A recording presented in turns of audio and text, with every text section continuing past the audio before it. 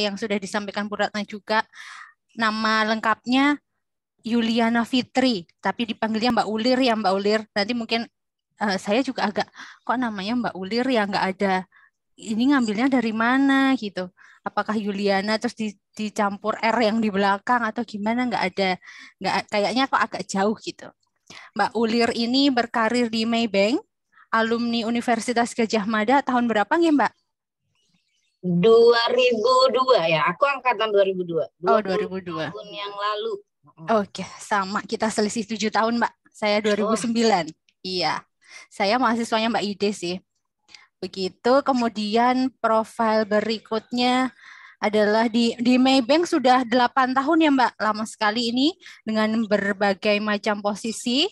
Kemudian sebelumnya beliau berkarir di CIMB Niaga, kemudian mempunyai bisnis juga Galeri Mawadah. Nah, nanti ibu-ibu bisa kepo nih di sini. Kemudian belanja, ini kan kemarin 99, sekarang 109 tetap halal untuk belanja ya ibu-ibu. Begitu singkatnya profil dari Mbak Ulir.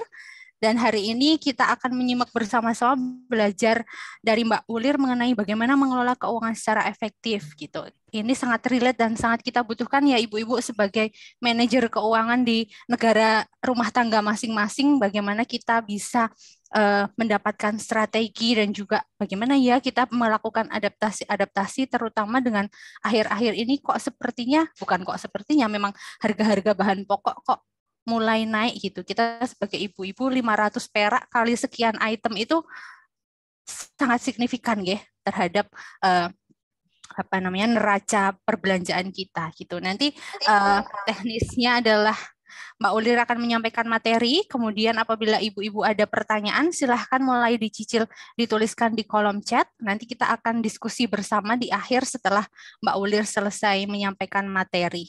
Begitu. Sambil kemudian nanti juga kami akan menyampaikan tautan untuk presensi bagi ibu-ibu. Nanti mohon untuk berkenan mengisinya. Begitu. Kepada Mbak Ulir, waktu dan tempat kami silakan. Terima kasih. oke, terima kasih ya Mutia. Selamat pagi ya, pagi weekend buat ibu-ibu, mbak-mbak, senior, dan saya sempat kepo-kepoin ini semua kayak teman-teman ya, gitu loh. Jadi Iya, saya sendiri Mbak yang adik ya, yang lain ya, teman-teman. Oke. yang lainnya itu ibu-ibu yang berumur sekitar 17 tahunan ya, kayak gitu ya. Nah, ini saya diminta sama Ide untuk pakai share screen ya. Nah, saya coba lihat dulu deh. Tapi sambil saya saya coba pakai background ya, background di sini karena ini adalah acaranya Dharma Wanita Sivitas UGM ya, psikologi UGM. Saya mengucapkan terima kasih kepada teman-teman di UGM atas silaturahmi ini karena insya Allah memperpanjang umur ya, insya Allah, dan menyenangkan hati juga seperti kembali ke dunia 20 tahun di mana saya dulu dipanggil sama Pak Mariono itu dan dosen-dosen di UGM itu adalah balcetuk gitu ya, kayak bola bekel, nggak bisa dicekel gitu saking nggak taunya ada di mana gitu. Untungnya zaman saya di UGM itu digital itu belum terlalu bagus di psikologi. Jadi alhamdulillah saya satu semester masih bisa ngambil lebih dari 24 SKS karena karena double kelas gitu dan diizinkan sama Pak Mariono ini bapaknya Bu Ratna dengan catatan nilainya harus A. Kalau misalnya nggak A itu di drop gitu. Sebegitu humanisnya psikologi UGM, tapi akhirnya saya nyesel. Sekolahnya terlalu cepat. Jadi akhirnya akhirnya tidak menikmati banyak-banyak waktu di akhir-akhir karena harus wisuda dan kemudian bekerja. Jadilah saya karena ketertarikan saya sebenarnya di dunia psikologi adalah terkait dengan dunia marketing, kemudian psikologi yang kayak psikologi konsumen seperti itu ya. Kemudian itu psikologi bisnis lebih ke situ. Akhirnya saya masuk ke sektor industri lah ya, sektor industri dan memang memegang bisnisnya. Nah, saya izin kepada teman-teman semua, saya panggil teman-teman ya, karena kita semua berteman-teman. Di sini mungkin bukan saya nih yang ekspertis utamanya kalau kita ngomongin pengelolaan keuangan, tapi mungkin teman-teman sudah punya banyak background, kemudian ada juga nih benar-benar yang udah jadi mungkin financial advisor mungkin ya. Nah, saya akan coba share dari sudut pandang saya sebagai product provider based on pengalaman saya. Jadi kita sharing-sharing mesra aja pagi-pagi ini. Nah, di chat juga boleh teman-teman tulis kira-kira apa sih ekspektasi atau keresahan dari ibu-ibu semua lah terkait dengan pengelolaan keuangan yang efektif ini gitu ya. Nah, saya izin share screen kali ya. Oke.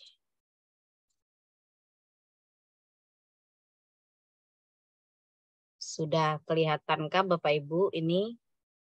Sudah, Mbak Ulir. Sudah ya. Yep.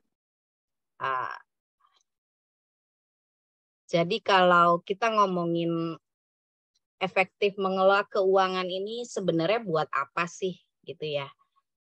Banyak yang bilang buat biar bisa cepet kaya gitu, atau misalnya buat bikin sejahtera, atau mempercepat pencapaian-pencapaian yang pengen kita dapetin nih, kayak ingin impian apa secara finansial kan. Semua itu kan didukung oleh semua impian itu rata-rata membutuhkan finansial ya gitu loh, bahkan meninggal pun membutuhkan finansial gitu loh. Terus yang menurut saya yang paling krusial dari sini adalah pendekatannya tidak lagi pendekatan fungsi dari mengelola keuangan ini, karena kita udah tahu di dunia kita yang sekarang ini yang membuat orang mulus itu kan cuma dua ya, fulus sama koneksi gitu tuh loh. Jadi kalau nggak ada fulus sama koneksi ya agak-agak susah untuk mencapai sesuatu hierarki yang kita dapatkan.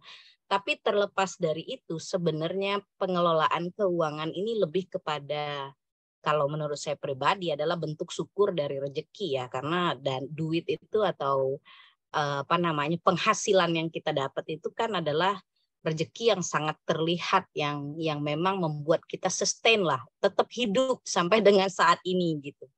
Nah, kalau kita efektif mengelola keuangannya, alih-alih kita menghabiskan rezeki yang kita miliki, tapi lebih banyak kepada bersyukur untuk rezeki yang kita miliki. Kenapa saya merasa bahwa edukasi atau literasi terkait dengan keuangan ini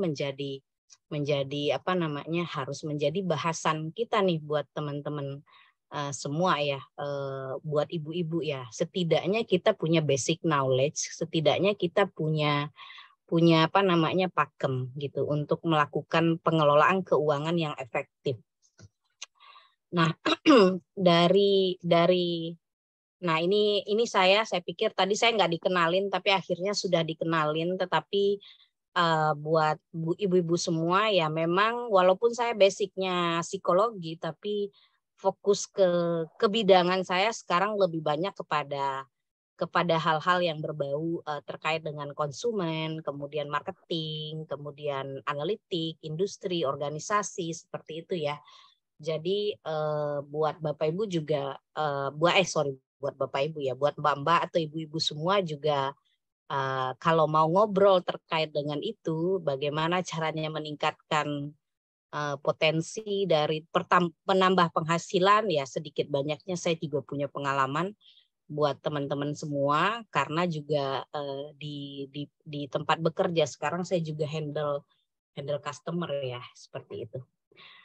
Nah, fokus saya memang di syariah banking, walaupun syariah banking ini bisa dibilang apakah beda dengan konvensional banking kalau kita ngomongin tentang finansial ataupun keuangan, itu bisa dibilang nggak ada bedanya ya. Yang ada nanti preferensi produknya saja beda, tapi konsepnya sama saja. Kecuali dalam syariah banking ada beberapa konsep pengelolaan keuangan yang ada maqasid syariahnya. Misalnya kayak ada zakat, infak, sedekah, waris, seperti itu ya. yang memang di conventional banking tidak menjadi tidak menjadi kewajiban untuk membahas itu. Namun saya izin untuk membahas yang basicnya dulu, yang gedeannya dulu seperti itu.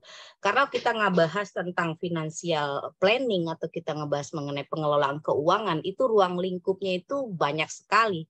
Karena beda sekali kita bicara misalnya literasi pengelolaan keuangan buat anak-anak yang masih kuliah dengan misalnya yang profesional yang baru bekerja atau yang family. Kebanyakan seperti kita nih yang family ada di sini ya.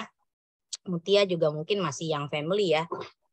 Kemudian yang masih mikirin kebutuhan itu mendingin Pampers ketimbang cilok gitu tuh loh.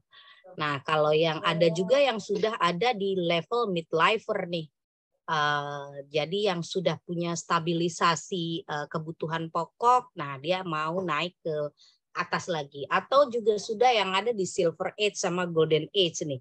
Seperti Bu Ratna lah ya, udah debt free, tidak punya kewajiban yang benar-benar rutin seperti itu. Kemudian sudah mikirin bagaimana caranya pengelolaan after retire gitu loh, sudah punya aset gitu.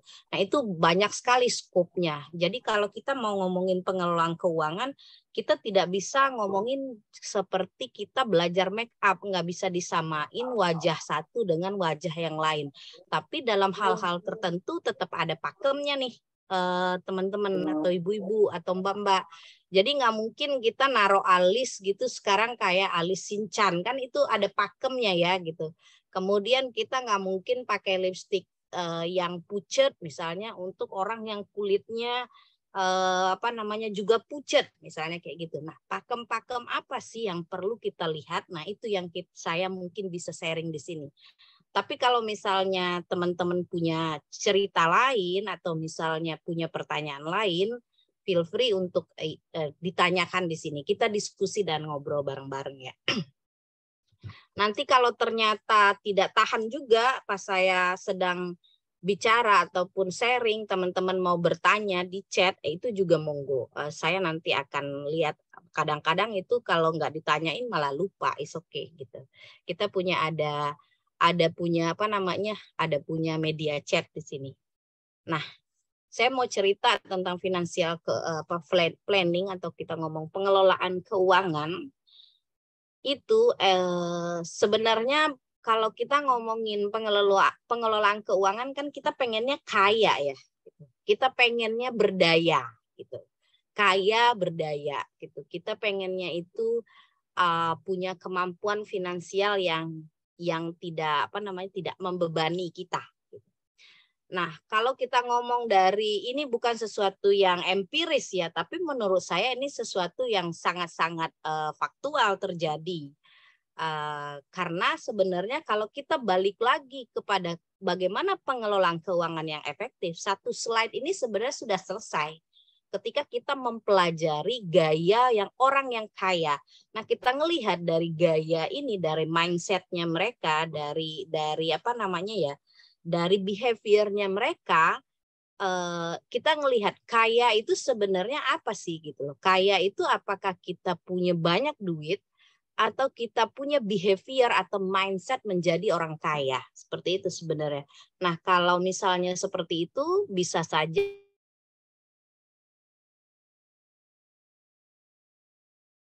50 juta, satu orang yang punya penghasilan 10 juta, tidak mungkin yang 10 juta akan menjadi lebih kaya ketimbang yang 50 juta. Jokesnya begini gitu loh. Kalau orang kaya itu membeli aset, orang miskin itu membeli liabilities. Apa sih yang dimaksud di sini? Behavior orang yang ingin kaya, yang memiliki konsep pengelolaan yang baik, itu memiliki kemampuan dalam membuat keputusan terkait dengan pembelian gitu. Jadi apa sih tujuan dari sebuah pembelian itu kan apa? Nah, kalau orang kaya behaviornya adalah membeli aset. Aset dimaksud di sini adalah kepemilikan atas suatu barang di mana itu mendorong produktivitas. Kalau liabilities itu berarti kepemilikan atas satu barang Tapi hanya memiliki kemudian nilai asetnya itu berkurang tanpa ada didukung oleh kebermanfaatan yang produktif. Nah, kita ngelihat di sini, wah kalau gitu nggak bisa dong saya beli laptop Mbak gitu ya. Ya kita ngelihat what for gitu ya. Kalau misalnya buat dosen, laptop is a productive asset ya gitu. Karena kalau dosen tanpa laptop dia tidak akan bisa lebih produktif. Bahkan harusnya laptopnya benar-benar sesuai dengan kebutuhannya. Kemudian buat marketing misalnya seperti itu, buat financial advisor yang kemudian dia bekerja harus serve orang-orang yang wealthy gitu ya. Bagi dia membeli tas bermerek is a asset gitu ya. Karena di dalam sebuah table bisnis bagaimanapun orang ngelihat apa yang kamu pakai gitu. Nah, bagi dia itu adalah aset. Tapi buat saya mungkin tidak begitu punya aset kalau saya harus beli tas yang branded yang luar biasa. Saya kerja sekarang full time di rumah, ngapain misalnya kayak gitu. Akhirnya itu menjadi liabilities. Jadi apa yang dibeli, sekecil apapun yang dibeli, sebuah barang atau kepemilikan, itu kemudian menjadi pertimbangannya, is it asset atau ini liabilities gitu. Itulah salah satu behavior mindset yang menjadi awal titik pengelolaan keuangan yang baik gitu. Nah, yang kedua, jokesnya begini, orang kaya mencicil untuk produktif, orang miskin mencicil untuk konsumtif gitu. Tapi pertanyaan begini, memang benar orang kaya itu dia berhutang kah? Ya, mungkin dia berhutang. Toh berhutang itu sesuatu yang wajar dan sesuatu yang juga halal ya gitu.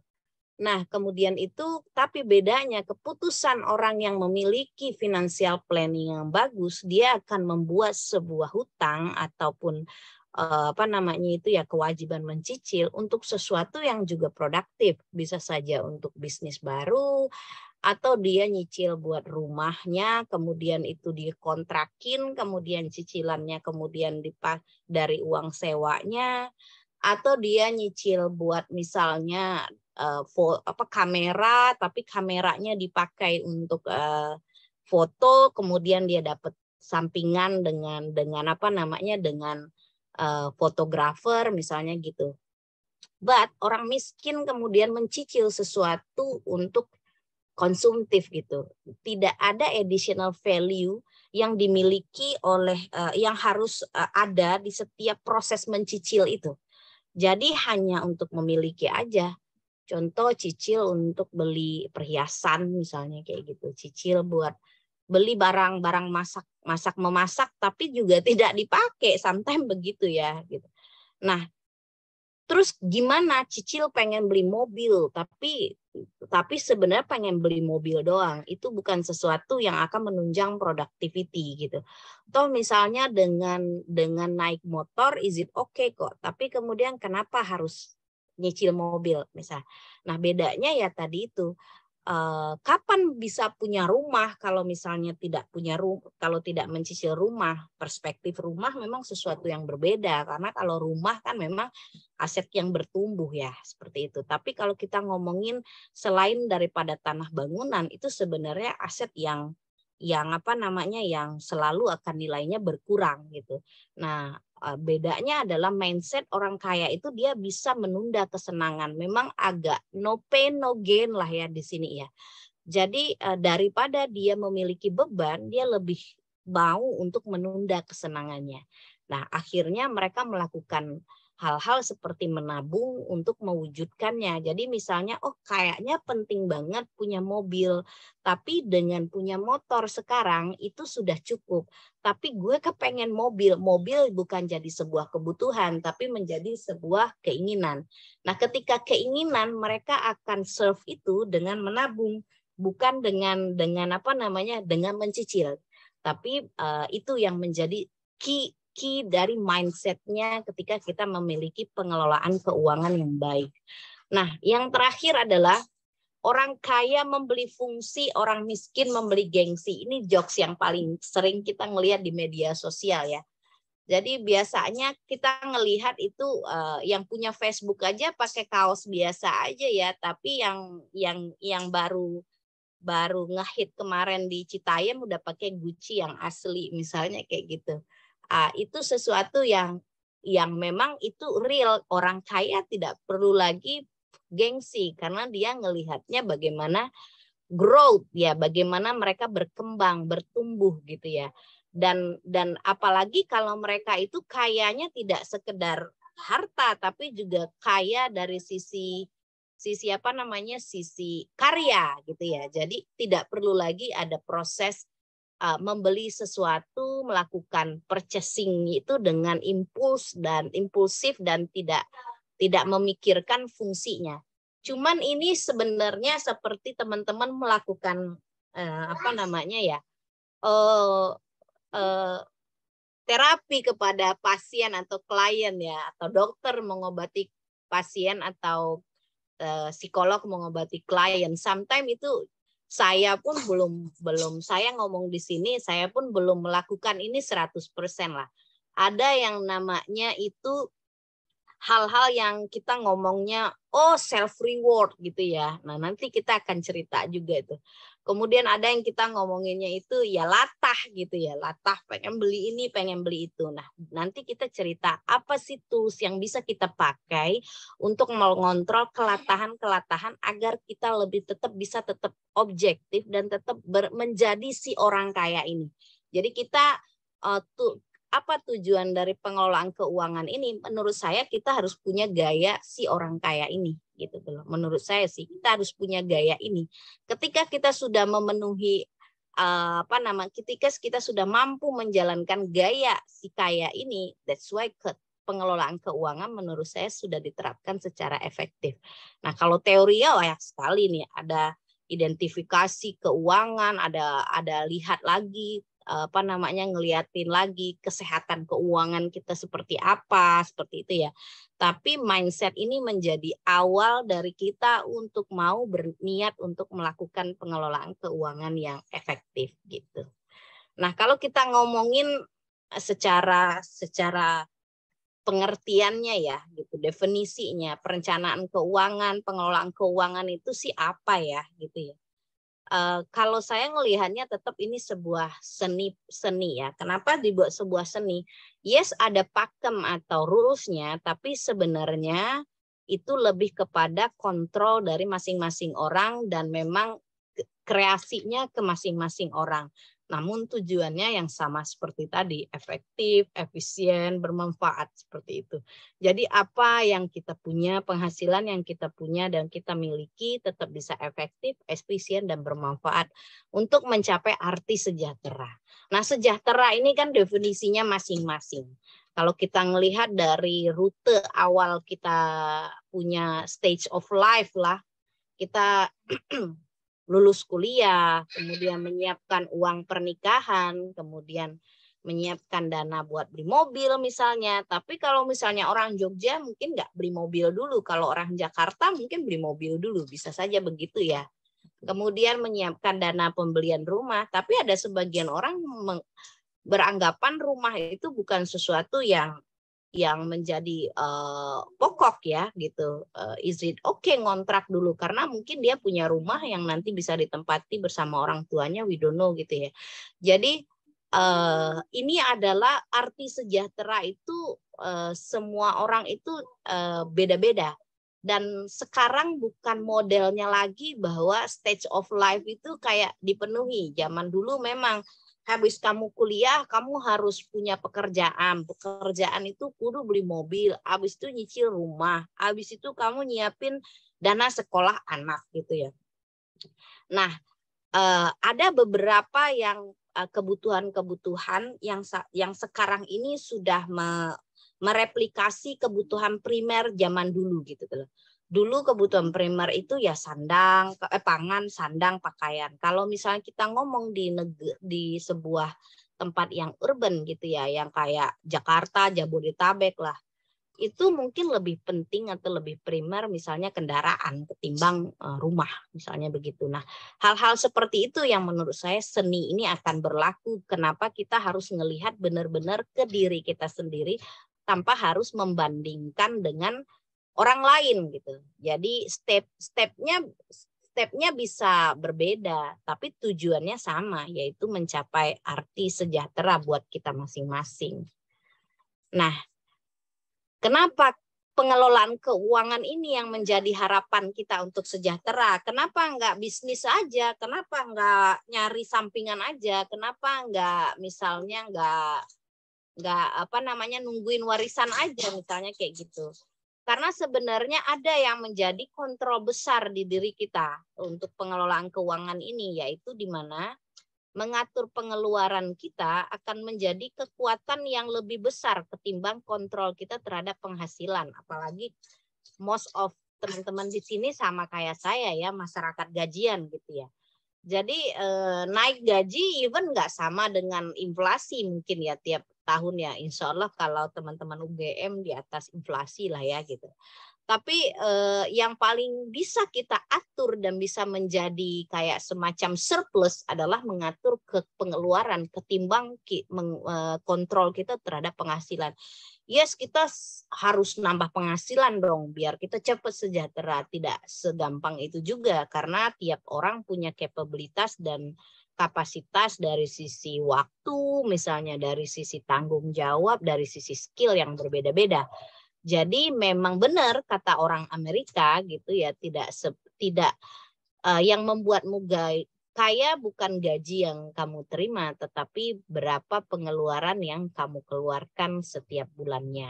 Nah, kenapa kontrol pengeluaran ini menjadi keyword dari proses pengeluaran atau pengelolaan keuangan yang efektif. Jadi kalau ditanya bagaimana proses pengelolaan keuangan yang efektif? Simple seperti kita ngomong, saya harus mengatur pengeluaran saya. Seperti itu. Nah, teman-teman bisa mulai dari mana? Kalau teorinya sih banyak sekali, mulainya dari mana gitu ya. Ada yang beredar banyaklah tips-tips keuangan yang di luar sana. Bikin checklist kebutuhan, kemudian itu bagaimana ada gaji 4 juta, bagaimana cara hidup dengan gaji 4 juta di Jakarta, kan banyak sekali ya, sampai dengan list sayur yang dibeli juga mereka tampilkan gitu ya. Tapi ada beberapa yang bisa bikin kita lebih terorganize atau lebih memiliki step yang baiklah dalam proses pengelolaan keuangan. Yang pertama sekali yang harus kita lakukan dan kadang-kadang kita tidak pernah melakukannya atau sekali-sekali saja melakukannya, itu adalah identifikasi kondisi keuangan kita masing-masing. Identifikasi itu maksudnya apa? Jadi semacam kayak perusahaan ya. Perusahaan itu kan punya yang namanya laporan tahunan, kemudian laporan bulanan, laporan 3 bulanan. Gitu. Kalau dalam konsepnya syariah, gitu ya, karena terkait dengan ketentuan syariah, kita wajib melakukan identifikasi kondisi keuangan itu 1 kali setahun untuk menghitung zakat ya, zakat mal misalnya, zakat yang harus dilakukan gitu ya. Dan ini pun sebenarnya membantu kita untuk melihat kesehatan keuangan kita. Jadi apa yang harus dilakukan, kita benar-benar ngeliatin cash kita. Misalnya kayak uang kita di dompet berapa, kemudian tabungan kita berapa. Yang kedua, kita ngeliatin juga aset kita. Nah, aset kita itu aset bergerak dan aset tidak bergerak. Aset yang lancar sama aset tidak lancar. Artinya adalah kita pisahin aset yang bisa dieksekusi sekarang. Contoh kayak emas gitu, itu kan bisa langsung dieksekusi ya. Aset yang tetap, yang tidak langsung bisa dieksekusi, misalnya kayak rumah gitu. Kalau kendaraan seperti apa? Kendaraan kategorinya masih tetap bisa dieksekusi ya secara cepat gitu. Nah, Jadi, nah setelah kita punya yang bagian harta kita, baru kita ngeliatin utang kita apa aja, utang kita. Nah ini sebenarnya lebih penting ngeliatin utang ya. Dari situ akan kelihatan kita itu punya kekayaan itu sebenarnya minus atau kita surplus nih gitu. Harapannya ya kita surplus ya gitu. Tapi bagaimana dengan apa namanya itu ya, dengan hutang yang di bank yang 20 tahun, 30 tahun ngambil rumah. Kalau dihitung-hitung hutangnya 500 juta. Tapi kalau dihitung asetnya mungkin nggak sampai 500 juta. Ya itu tetap, kenapa menurut saya hutang yang produktif seperti tanah bangunan itu akan tetap menjadi produktif. Contohnya teman-teman ngambil hutang lah di bank. Harganya misalnya ngambil hutangnya 5 tahun yang lalu harga rumahnya 500 juta. Nah, sekarang kan pasti utangnya sudah berkurang ya, outstanding di banknya. Dilihat sekarang misalnya 450 juta. Tetapi ketika teman-teman value rumahnya harganya berapa? Mungkin udah nggak 500 juta lagi. 5 tahun rumah bisa naik misalnya jadi 750, even bisa 1 M ya. Akhirnya itu menjadi surplus. Beda dengan mobil misalnya. Mobil misalnya teman-teman punya utang 200 juta. Tapi ketika itu dicicil dia outstandingnya 180 juta. Tapi ketika itu di value bisa saja mobil itu harganya sudah di bawah itu. Itu bedanya aset produktif dan aset tidak produktif. Jadi balik lagi kepada mindset tadi, utamakan cicilan itu yang benar-benar aset produktif. Kalau aset non produktif benar-benar dilihat additional value-nya ketika saya punya cicilan itu apa gitu tuh loh.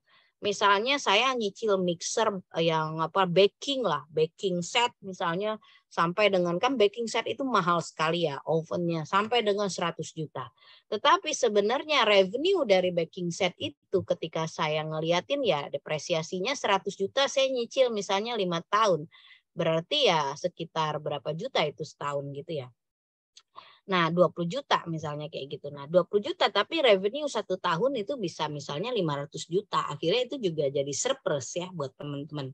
Jadi benar-benar ngeliatin tadi itu balik lagi, nanti ketika ditanya pasti saya akan balikan lagi di slide nomor 1 tadi. Kemampuan kita mengambil keputusan atas mengambil keputusan dan pertimbangan pembelian itu. Perilaku pembelian itu seperti apa.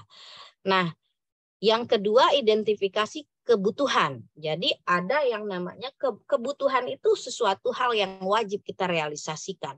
Makan, minum, tempat tinggal, transport gitu ya. Kemudian itu kebutuhan itu juga ada juga yang bersifat wajib, misalnya kayak kewajiban terkait sama agama gitu. Zakat, kemudian kalau orang non muslim ada perpuluhan, misalnya ada sedekah gitu, ada iuran RT gitu, ada pajak gitu. Nah, ada juga yang kebutuhan yang menjadi kewajiban juga untuk generasi yang kayak sandwich generation orang bilangnya ya.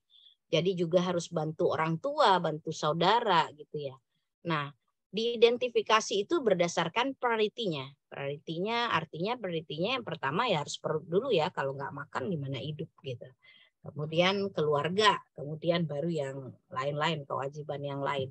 Nah, yang kedua adalah ada berbeda ya antara kebutuhan dan keinginan.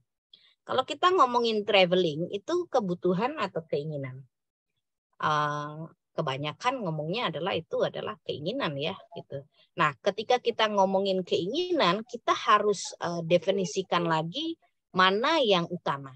Nah, misalnya yang utamanya adalah pergi umroh gitu misalnya. Nah, keinginan yang utama itu yang akan dicapai melalui perencanaan keuangan.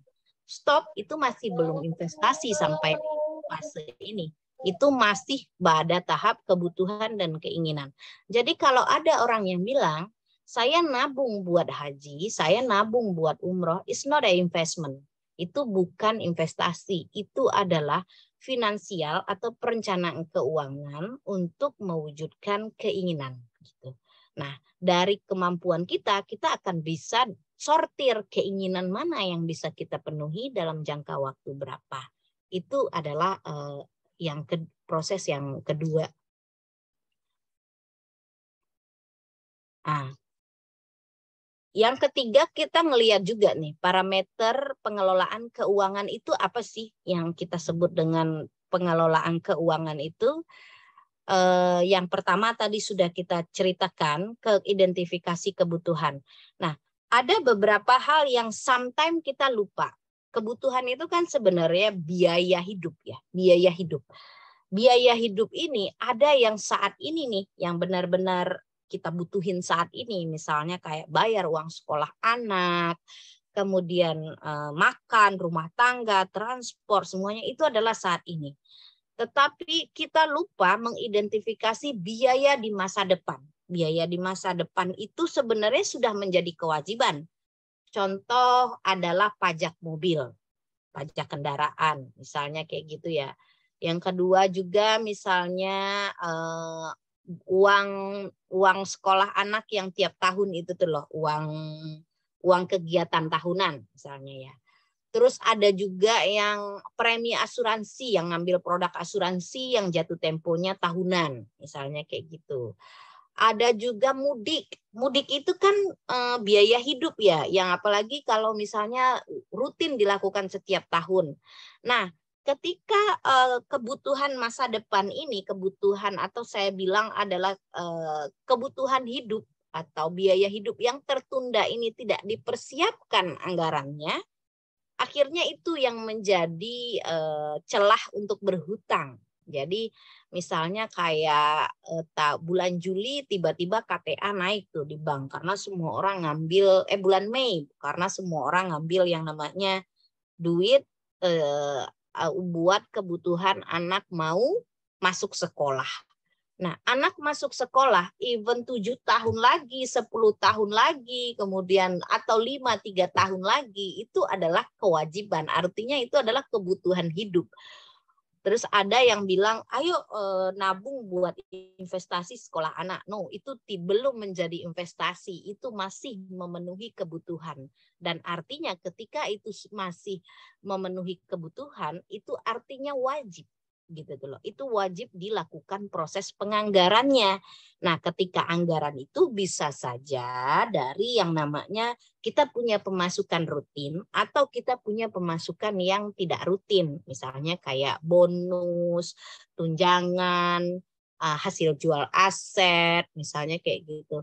Kemudian itu kalau ada hasil investasi yang lain. Nah, ketika mindset itu dipakai, akhirnya bisa mengontrol kita dari jebakan Batman nih. Contoh, dapat bonus mau ngapain? Dapat bonus, yes, gue mau jalan-jalan ke luar negeri. Kita lupa, kita juga punya yang namanya kebutuhan masa depan yang belum dipersiapkan. Dapat bonus misalnya 10 juta. Nah, kita lihat apakah saya sudah mempersiapkan uang masuk anak saya SD 3 tahun lagi yang mungkin sekitar 30 juta. Akhirnya mungkin teman-teman nggak bisa jadi jalan-jalan karena bonus itu harus dialokasikan untuk persiapan daripada nanti 3 tahun lagi ngutang. Nah, mindset yang membuat kita itu suka apa namanya ya, suka tidak istiqomah nih dalam melakukan pengelolaan keuangan adalah biasanya akan bilang bahwa nanti aja kan Allah ada yang ngatur rezekinya ya. Itu yang kedua adalah tiap anak punya rezeki masing-masing. Kemudian itu yang ketiga adalah lihat nanti saja, jalan seperti air sungai mengalir saja gitu ya. Konsep itu sebenarnya nggak ada salahnya. Toh semua manusia banyak yang hidup dengan kondisi seperti itu. Dan banyak juga yang akhirnya orang tua membebankan jadi anaknya di masa sekarang jadi sandwich generation. Tapi menurut saya adalah ketika kita mempersiapkan sekarang, toh nanti ada rezeki. Nah, rezeki yang ada nanti itu yang menjadi bonus yang bisa kita invest atau kita melakukan self reward gitu loh. Jadi bedakan antara kita depend on apa namanya hal yang uncertainty, walaupun rezeki itu kan menurut saya pasti, tapi jumlahnya segala macamnya nggak ada. Tuhan nggak ngasih buku pembukuan ke kita ya. Waktu kita lahir itu nggak dikasih kita pembukuan rencana duit dikasih kepada si A, kan nggak juga ya. Jadi hal yang bisa kita kontrol adalah certainty tadi. Mana yang paling pasti nih? Yang pasti sekarang kita sudah nerima bonus, itu sesuatu hal yang pasti. Yang pasti lagi adalah 2 tahun lagi anak saya masuk TK. Nah, itu pasti lagi kan. Jadi kalau sesuatu yang pasti kemudian dikawinkan dengan yang pasti, itu adalah manajemen keuangan yang efektif. Ternyata perjalanan 2 tahun saya dapat warisan misalnya gitu. Nah, warisan inilah yang menjadi nanti akan apa? Nah, kita akan belajar, kita akan sharing nanti di part bagaimana cara memulai investasi. Nah, yang kedua adalah cek kesehatan keuangan. Parameter ini banyak sekali. Teman-teman bisa lihat di media sosial banyak sekali cek kesehatan keuangan seperti itu. Tapi ada beberapa indikator yang menurut literasinya OJK ya, itu bisa menjadi acuan lah, tapi bukan sesuatu yang pasti. Misalnya kita melihat berapa banyak uang tunai yang kita punya. Nah, dari beberapa financial planner itu mengatakan bahwa kalau sehat itu kita punya minimum itu 4 kali pengeluaran rutin bulanan. Inilah yang disebut dengan dana darurat.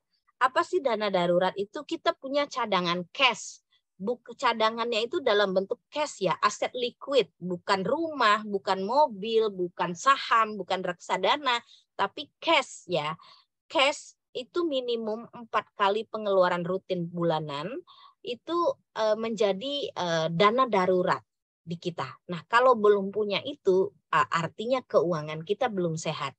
Nah, apa yang harus dilakukan oleh kita dalam mengelola keuangan yang sehat? Penuhi dulu ini, karena kita nggak tahu ya, kita nanti jalan ketabrak orang, kita ketabrak orang jualan, kudu ganti jualannya, kita nggak tahu. Hal-hal darurat itu kan sesuatu yang tidak bisa kita prediksi gitu. Yang kedua adalah berapa banyak cicilan utang yang dilakukan setiap bulan, yang dibayarkan setiap bulan gitu loh. Financial planner itu berasumsi, dan ini juga dipakai indikatornya di perbankan, itu 35% katanya. 35% dari take home pay, net. Dari net take home pay-nya kita itu adalah indikator yang sehat. Maksimum 35%. Jadi kalau misalnya gaji 10 juta, berarti 3,5 juta itu maksimum adalah untuk untuk cicilan. Kalau cicilannya sudah lebih dari itu, artinya itu tidak sehat. Apa yang harus dilakukan? Either mengurangi cicilan. Mengurangi cicilan ini banyak caranya. Kalau ada yang nanya, nanti saya jawab. Nah, yang kedua adalah, nah, apakah ini berlaku misalnya kalau orang yang gajinya itu sudah di angka 100 juta misalnya gitu. Ada atau beberapa level amount lah ya. Ini tidak berlaku lagi. Kalau di perbankan dengan gaji di atas 50 juta, kita masih bisa di angka 50%, karena 50 juta, 25 juta buat seorang yang family itu bisa hidup lah ya. Gitu. Jadi ini sebenarnya juga relatif 35% itu. Balik lagi ke kebutuhan tadi itu, kita ngelihat kompleksitas kebutuhan seseorang. Cuman ini bisa jadi acuan. Kemudian sudahkah menabung? Nah, kalau ternyata belum pernah menabung, nggak bisa nabung sama sekali, benar-benar kempes gitu, itu dianggap belum memiliki indikator keuangan yang sehat. Setidaknya katanya 10%, seperti itu. Nah, ini adalah yang bisa kita refleksikan ke diri kita masing-masing, dan ini yang kita bawa juga konsultasi nanti kepada orang kalau teman-teman akan menggunakan jasa financial advisor untuk melakukan pengelolaan keuangannya. Nah, yang ketiga adalah alokasi anggaran. Nah, kalau alokasi anggaran ini adalah sesuatu yang banyak beredar. Idealnya seperti apa sih gitu untuk anak, pendidikan. Tapi kalau saya menganggap itu balik lagi ke yang pertama, identifikasi kebutuhan dan dan perilaku orang kaya tadi. Contohnya begini. Kalau misalnya hiburan 5% gitu, kalau gaji saya 100 juta, misalnya seperti itu, 5%, 5 juta bagi saya mungkin hiburan terlalu besar. Jadi nggak usah aja 5%, mungkin saya bisa 1%, misalnya seperti itu. Jadi kenapa hal-hal kayak gini akhirnya kadang-kadang konsep begini justru membuat kita lupa dengan esensi kebutuhan tadi. Nah, misalnya budget rumah tangga 40%. Kalau gajinya misalnya 20 juta, berarti budget rumah tangganya 8 juta ya, berarti sebulan ya. 8 juta hidup di Jogja, kemudian anak 1 misalnya, kok too much ya, tapi karena alokasi anggarannya bilangnya 40%, ya sudah kita habiskan saja gitu. Nah, tidak begini, tapi ini bisa jadi acuan. Artinya parameter pengelolaan keuangan yang sehat itu adalah pertama memang dimulai dari identifikasi kebutuhan, kesehatan keuangan, dan tetap harus ada penganggaran. Nah, penganggaran ini pentingnya itu adalah terkait dengan tadi itu, ada kebutuhan masa depan yang kadang-kadang jadi jebakan Batman nih gitu. Nah, apa yang bisa kita lakukan? Tadi saya bilang jangan sendiri melakukannya, pakai bantuan. Jadi ada bantuan itu banyak sekali, di kuis juga banyak ya gitu. Sampai dengan ada call a friend gitu ya. Apa sih bantuannya? Bantuannya adalah kita menggunakan instrumen-instrumen keuangan gitu. Instrumen keuangan yang ada yang banyak sekali di pasaran. Pertama misalnya kita bisa pisahkan antara rekening operasional versus rekening pencadangan, misalnya kayak gitu. Jadi kalau nggak salah ada beberapa produk perbankan itu bahkan sudah menyediakan e-wallet di dalam tabungan digitalnya. Jadi ini buat nonton, ini buat rumah, ini buat jalan-jalan, ini buat bayar sekolah misalnya. Tapi tidak harus seribet itu. Karena kenapa? Karena rekening operasional ketika tidak dipisahkan dengan rekening pencadangan yang namanya setan di dompet dan di ATM itu pasti akan tetap menggoda ya gitu. Jadi apa yang harus dilakukan? Teman-teman kan punya gaji dan pasti ada rekening penampung gajinya. Nah, rekening tersebut jangan taruh itu di satu rekening. Ada yang namanya pencadangan. Kalau teman-teman butuh pencadangan itu berbeda. Contoh, rekening pencadangan yang A misalnya benar-benar untuk uang darurat yang minimum 4 kali gaji tadi. Nah, tapi butuh juga rekening pencadangan B. Rekening pencadangan B ini sebenarnya kayak semacam reservoir gitu ya. Operasionalnya kebutuhan per bulan itu sudah dianggarkan misalnya 5 juta, tapi kita taruhlah reservoirnya 2 juta di situ. Nah, itu biasanya beberapa menteri keuangan rumah tangga menerapkan itu dengan sangat baik sih gitu. Saya pernah pada posisi melakukan pengamplokan pada rekening pada dana-dana saya, dan itu sangat efektif. Agak sangat konvensional dan konservatif, tapi itu sangat efektif sekali untuk mengontrol budget gitu. Yang kedua adalah tabungan berjangka. Mungkin beberapa teman-teman di sini pernah ditawarin sama perbankan, itu ada namanya tabungan berjangka. Ada yang namanya My Plan, ada tabungan masa depan, tabungan pendidikan, ada banyak sekali ya. Konsep tabungan berjangka ini adalah setiap bulan nasabah itu harus menyediakan dana sesuai dengan komitmennya. Misalnya jangka waktu setahun dia berkomitmen tiap bulan itu 200.000. Nah, tiap bulan itu di rekening induknya harus tersedia 200.000, sehingga secara sistem bank otomatis akan mendebit 200.000 pada tanggal yang ditulis oleh nasabah. Jadi misalnya kalau gajian tanggal 1, tanggal 2 udah didebit tanggal 2, 200.000. Jadi tidak sempat lagi dana itu pindah ke mall atau pindah ke GoFood ya, tapi sudah diambil terus oleh si tabungan ini. Jadi kayak dia benar-benar kayak di grab terus secara otomatis, grab fund namanya. Nah, tanpa seperti cicilan. Jadi kewajibannya itu seperti cicilan, bedanya ini menabung. Nah, ini tools ini bisa dimanfaatkan oleh teman-teman untuk melakukan perencanaan kebutuhan di masa depan. Contohnya kayak bayar pajak mobil, misalnya kayak gitu. Bayar asuransi mobil. Kemudian itu uang sekolah anak yang tahunan. Kemudian uang masuk sekolah anak. Nah, ini bisa. Dan ini satu nasabah itu bisa punya banyak sekali rekening. Jadi bisa aja punya rekening banyak ya. Kayak kurban, mudik, misalnya seperti itu. Itu adanya bagusnya toolsnya ada di sini. Kenapa ini bagus toolsnya? Rata-rata ini tidak memiliki resiko kehilangan pokok, kecuali dia ada dilengkapi misalnya kayak biaya administrasi. Kalau misalnya kita nggak disiplin nabung, nanti banknya akan kenakan biaya administrasi. Sehingga ini memaksa kita untuk disiplin. Yang kedua adalah biasanya produk tabungan berjangka ini juga dilengkapi fitur asuransi tanpa kita harus membayar tambahan premi gitu loh. Gunanya kalau plan kita nanti itu ada terjadi sesuatu sama nasabah, misalnya anggaplah meninggal dunia, kecelakaan gitu. Nah, ahli warisnya tetap akan menerima tabungan ini gitu. Nah, yang ketiga adalah e-wallet versus cash in hand gitu. Sebenarnya sih e-wallet ini sama dengan uang cash, tapi kecenderungan perilaku konsumtif dengan uang cash dan e-wallet ini beberapa literatur atau survei bilang kalau pegang cash itu lebih cenderung untuk jajan ketimbang kita taruhnya di e-wallet. Tapi ini masih agak debat. Kalau di Jakarta mungkin saya nganggapnya e-wallet ini jauh lebih ini ya sekarang ya, jauh lebih jauh lebih menggoda gitu ya, GoFood segala macam lah. Tapi cash in hand ini lagi-lagi uncontrol. Sebenarnya karena itu tidak ada pencatatan. Kalau e-wallet itu kan berbasis pencatatan semua. Yang keempat adalah auto debit. Auto debit ini servis yang hampir mirip dengan tabungan berjangka ini, tapi kalau tabungan nanti ke tabungan, kalau auto debit adalah ke pos-pos yang lain. Jadi teman-teman bisa minta ke banknya masing-masing untuk memasang auto debit di rekeningnya, terutama rekening payroll-nya kalau memang ada ya rekening payroll-nya, agar tadi pos-pos kebutuhan itu tersampaikan tanpa ada kelewatan.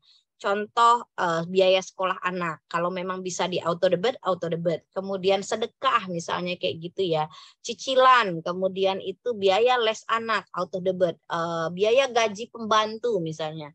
Kalau memang itu bisa di auto debit agar pos itu langsung terbayar pada waktunya, disiplin dan tidak mengganggu keuangan lainnya, itu cukup membantu. Yang kelima adalah deposito. Deposito ini dapat dimanfaatkan untuk menyimpan dana yang tidak akan digunakan dalam waktu dekat, kecil dari sebulan, karena deposito ini dia jangka waktunya 1 bulan. Apakah deposito ini tools investasi? Bagi saya belum menjadikan deposito ini tools investasi. Kenapa? Karena return-nya bahkan lebih kecil daripada inflasi ya. Jadi deposito ini adalah tools pengelolaan, tetap merupakan tools pengelolaan keuangan gitu. Misalnya kayak tadi dapat bonus sekarang, tapi sebenarnya mau dipakai untuk 4 bulan lagi adik mau masuk sekolah. Jadi kan ada waktu tuh 3-4 bulan. Nah, itu bisa dimasukin ke deposito. Nah, ini yang saya bilang bahwa gunakan bantuan ini karena bantuan ini tersedia banyak dan tersedia hampir di seluruh produk-produk keuangan yang ada gitu.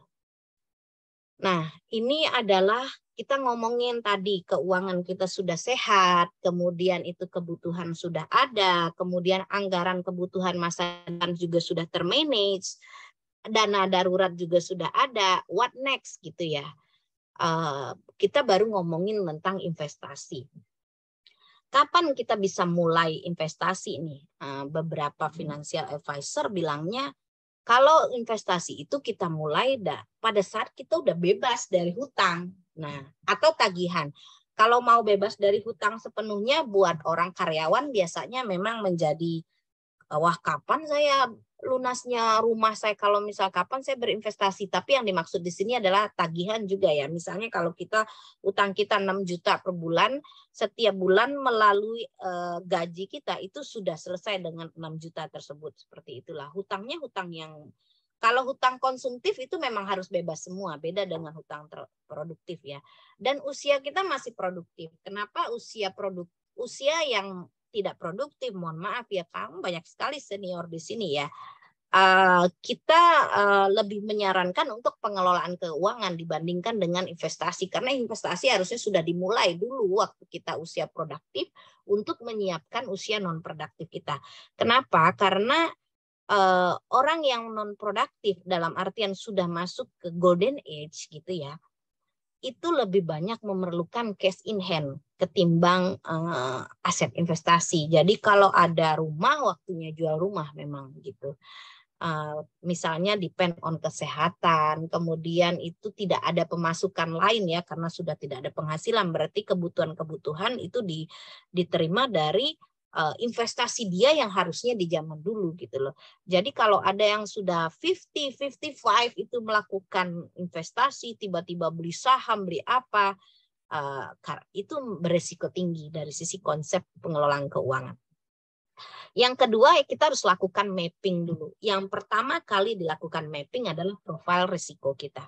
Kalau teman-teman pergi ke provider keuangan apapun lah, insurance, bank gitu ya, pasti di awal-awal disodori yang namanya adalah due diligence checklist terkait dengan profil risiko.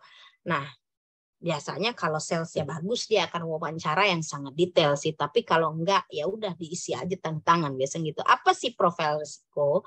Profil risiko itu adalah profiling kita sebagai nasabah, sebagai orang yang akan berinvestasi terkait dengan tes kita atau appetite kita terkait dengan investasi keuangan. Karena pertama banyak apa komponennya? Pertama knowledge ya. Pengetahuan. Kalau kita tidak tahu, jangan pernah coba-coba.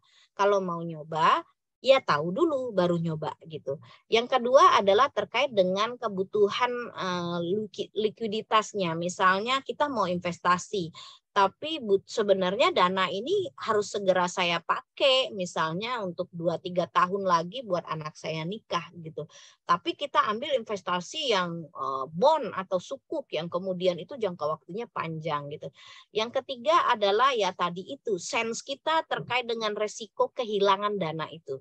Jadi tadi high risk high return ya. Kalau kita mau bisnis, kita juga harus siap rugi. Investasi ini adalah sesuatu yang ada pada taraf tersebut.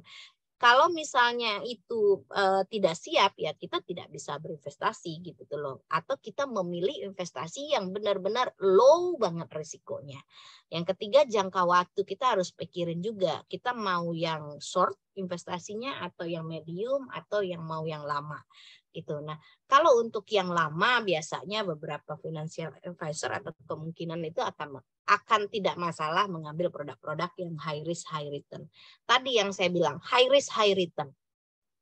Tidak ada yang namanya investasi yang ditawarkan hasilnya tinggi tapi tidak juga memiliki resiko yang tinggi. Itu sudah konsep umum gitu ya. Yang selanjutnya adalah diversifikasi aset investasi. Jangan taruh telur dalam satu basket, kan itu ya ininya ya. Karena apa, ketika itu nanti akan ada permasalahan, kita tidak punya pencadangan yang lain. Jadi tetap harus ada diversifikasi, harus ada di beberapa instrumen yang bisa memperkuat menjaga stabilitas nilai investasi kita. Duitnya bisa hilang nggak kalau investasi? Bisa ya, bisa enggak gitu. Nah, kalau ternyata teman-teman atau Bapak Ibu di sini memiliki kelonggaran dana yang memang cukup besar diinvestasikan, itu saran saya adalah memiliki financial advisor. Jadi lebih kepada benar-benar menggunakan jasa-jasa financial advisor untuk memilih aset-aset atau instrumen investasi. Berapa sih? Biasanya macam-macam ya. Ada yang mulai 500 juta katanya, ada yang mulai 1M, itu macam-macam sekali sekarang. Bahkan ada yang sekarang sudah retail tapi memberikan jasa-jasa financial advisor. Tapi jangan depend on financial advisor ini, karena dimanapun kontraknya financial advisor ini tidak ada kontrak yang mengikat, adanya proses advice saja. Jadi kita tetap harus memiliki knowledge umum lah terkait dengan instrumen-instrumen investasi tersebut. Nah, ini saya share sedikit saja, karena kalau saya share banyak sekali nanti, apa sih yang menjadi pilihan kita ketika kita mau investasi ya? Low to medium risk, yang paling favorit adalah orang emas batangan gitu ya. Bukan emas perhiasan, ibu-ibu, emas batangan, karena emas perhiasan masih termasuk barang konsumtif ya. Nah, emas batangan ini apakah dia itu bagus enggak sih gitu. Emas ini seperti semacam, karena dia adalah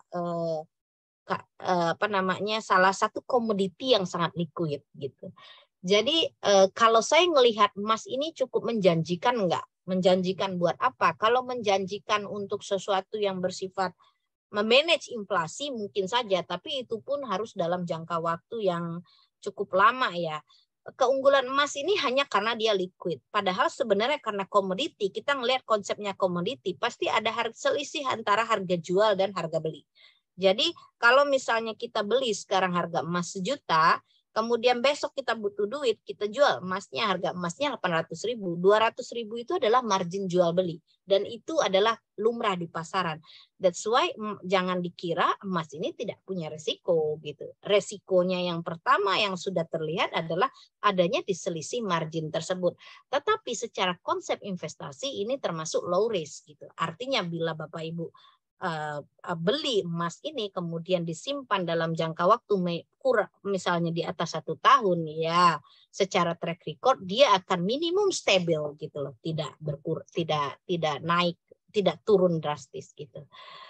Nah, yang kedua adalah government bond, sukuk, ori atau bond yang lain ya. Ini apa sih kalau di perbankan itu sering ya ditawarin ini bond, sukuk, ori gitu. Yang paling laku sebenarnya adalah yang government bond yang dikeluarkan oleh pemerintah, surat utang. Jadi surat utang ini ada yang dijual secara retail, ada non retail gitu loh. Kalau misalnya ini dijual secara retail, itu government bond ini negara itu butuh duit, kemudian itu dia mengeluarkan surat utang, kemudian kita membelinya. Kalau sukuk itu adalah surat utangnya underline-nya syariah gitu. Nah,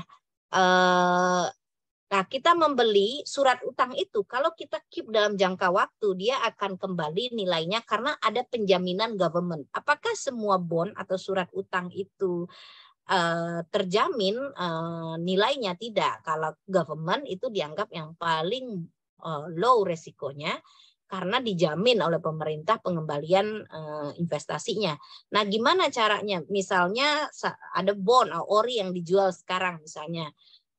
Nilainya misalnya minimum 50 juta, returnnya misalnya 7%, jangka waktunya tenornya misalnya 5 tahun gitu ya. Nah, yang terjadi di 5 tahun, apakah kita bisa menjual sebelum 5 tahun? Nah, sebelum 5 tahun ini ada yang namanya secondary market. Nah, secondary market ini bisa kita jual, bisa saja harganya di atas naik, misalnya jadi 120%. Nah, berarti kita dapat gain 20% dari pokoknya. Nah, di samping itu kita juga dapat kuponnya kayak bunga atau bagi hasilnya ya gitu ya. Biasanya sekali 3 bulan gitu. Itu government bond, sukuk, ori. Ada juga reksadana. Reksadana ini ada 2 modelnya. Ada yang terproteksi, ada yang tidak terproteksi. Terproteksi itu maksudnya pokoknya terproteksi. Ini mirip bond tadi, reksadana ini bedanya adalah ada satu manajemen investasi gitu ya. Kemudian itu mereka melakukan pengelolaan aset. Dibentuklah satu aset bernama reksadana yang isinya bisa terdiri dari misalnya ada bond di situ, ada saham di situ, ada transaksi forex di situ misalnya gitu ya. Kita itu sudah beli yang barang udah jadi, yang memanagenya nanti adalah si MI ini, manajemen investasi ini. Ini buat kita yang awam untuk berinvestasi, ini bisa pakai ini. Kalau kita mau nyemplung sedikit ke saham, sedikit ke bond, sedikit ke forex, ini bisa kita pakai lah. Nah, caranya ya kita akan pilih yang nanti ngeliatin track record reksadananya. Apakah ini menjamin pokoknya tidak hilang? Kalau yang terproteksi itu tidak bisa menjamin kalau dia di keep sepanjang tenor gitu.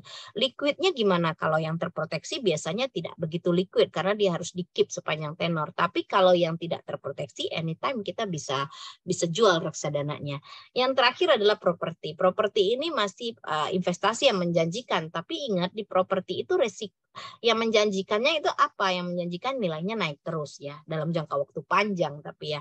Tapi yang harus kita lihat ada risknya adalah operational cost-nya gitu yang harus kita manage juga. Jadi yang namanya rumah, apalagi apartemen, ada biayanya, ada biaya bulanan, biaya pengelolaannya, banyak sekali ada biaya kerusakan. Nah, itu harus menjadi cost investasi yang harus kita tanggung sebelum kita melikuidasi aset itu.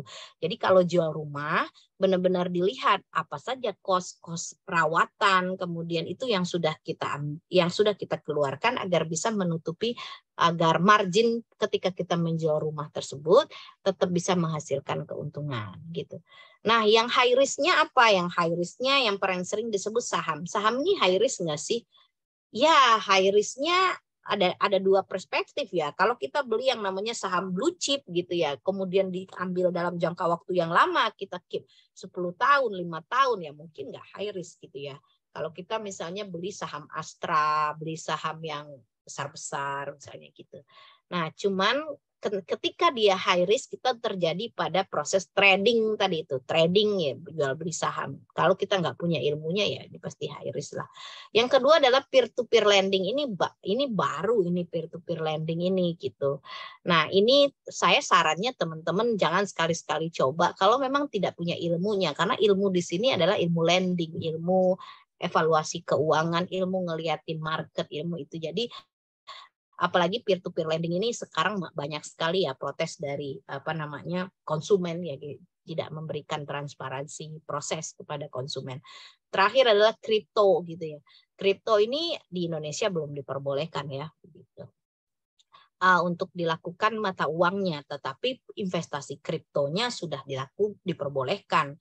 Ini juga termasuk high risk karena volatile sekali dan ini tidak ada semacam kayak regulasi yang menjadi aturannya. Kalau saham kan ada bursanya, kalau kripto ini semacam kayak benar-benar market decision aja di kripto ini. Makanya aneh-aneh aja kalau misalnya ada artis ngeluarin kripto bisa melambung.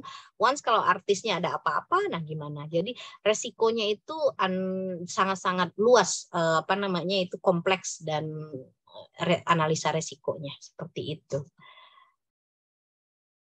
Nah, dari apa ya? Saya kayaknya ada yang kurang deh ini. Ada dua lagi yang tadi saya share screen sebentar deh.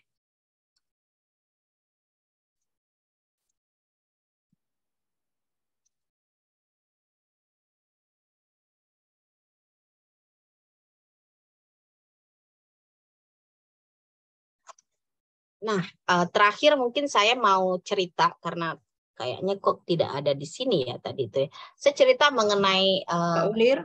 Ya. Mbak Ulir, maaf tayangannya belum muncul. Belum muncul ya. Tunggu ya sebentar ya. Belum muncul ya. Saya coba lagi ya. Sudahkah? Ya, sudah.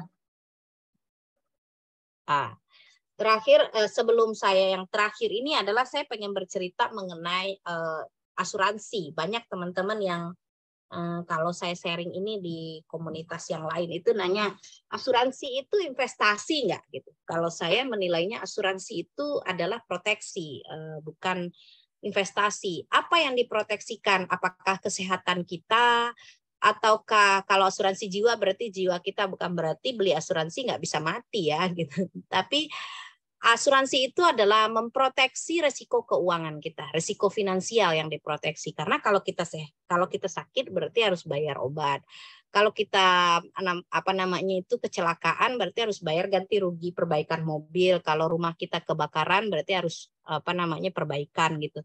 Jadi yang diproteksi itu dari asuransi itu the one and only adalah duit. Nah, kalau asuransi jiwa apa Mbak? Bukannya itu bisa diwariskan. Yang diproteksi itu adalah kemampuan penghasilan yang hilang. Misalnya kayak kepala keluarga itu meninggal, bayangin loh kalau nggak ada asuransi itu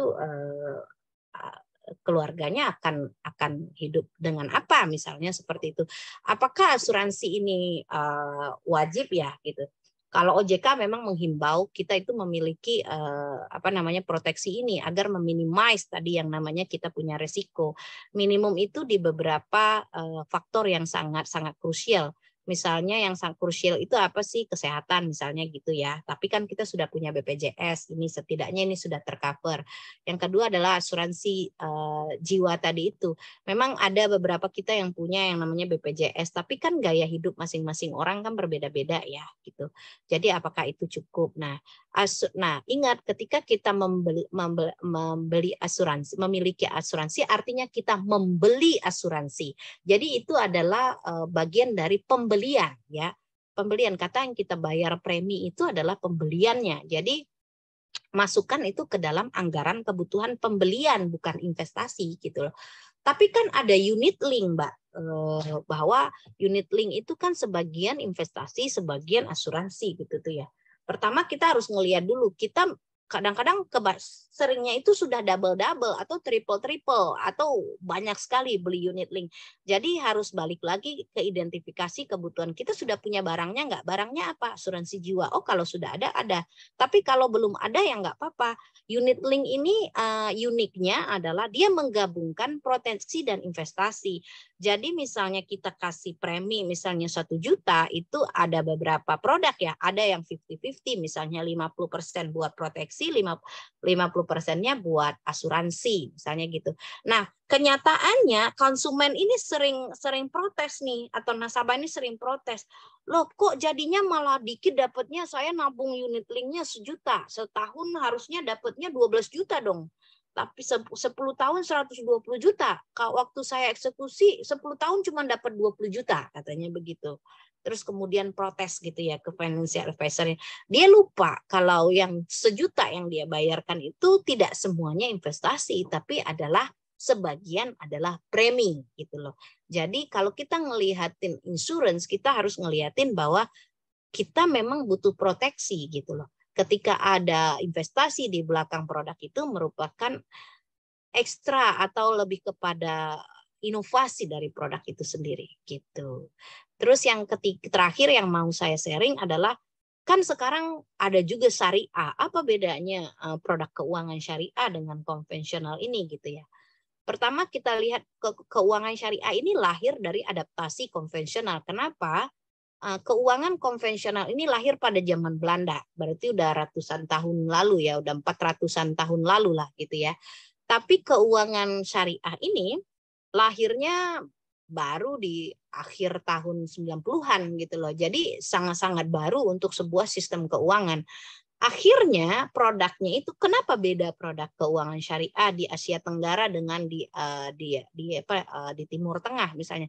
Karena proses adaptasi tersebut membuat packaging produknya dipersamakan seperti produk konvensional, padahal isinya di belakangnya berbeda sekali. Jadi underlying dari keuangan syariah itu beda, tetapi masyarakat karena ratusan tahun sudah terbiasa dengan keuangan konvensional, akhirnya merasa bahwa agar tidak terjadi benar-benar perbedaan dalam customer journey-nya, kemudian didesainlah produk yang menyamai produk konvensional tetapi dengan proses rangkaian produk yang berbeda, rangkaian akad yang berbeda. Kalau di keuangan syariah itu tidak diperkenankan adanya spekulasi, tidak diperkenankan ada kontrak sepihak, misalnya berubah sewaktu-waktu gitu loh. Ada beberapa yang benar-benar detail tidak diperkenankan secara syariah, dan produknya itu juga sekarang itu sudah sangat-sangat beragam ya. Nah, kapan saya memilih syariah, kapan saya memilih konvensional misalnya seperti itu. Pertama, preferensi, masing-masing orang punya preferensi ya, karena produk syariah ini tidak hanya untuk orang muslim tapi juga untuk semua orang. Jadi preferensi balik lagi ke masing-masing orang. Otomatis kalau yang muslim pasti dia kuatlah preferensinya ke syariah gitu. Yang kedua adalah benefit. Nah, balik-balik lagi kita harus milih produk yang memang memberikan kita benefit, not only karena keyakinan atau apa. Kalau benefitnya nggak bagus ya why not, kita harus cari produk yang benefitnya tetap lebih bagus gitu sih. Nah, terakhir itu dari saya itu apa yang harus kita lakukan nih gitu. Jadi pertama improve pengetahuan kita, jangan malu untuk bertanya sama orang, sama teman, sama Instagram tentang pengetahuan tentang kalau kita mau melakukan sebuah eksekusi investasi ya. Yang kedua adalah kita mulai dari duit kecil dulu gitu loh. Yang ketiga, pastikan ini adalah idle money. Idle money itu kalau kita mau berinvestasi itu idle money itu artinya duit yang mohon maaf kalau hilang nggak apa-apa lah gitu.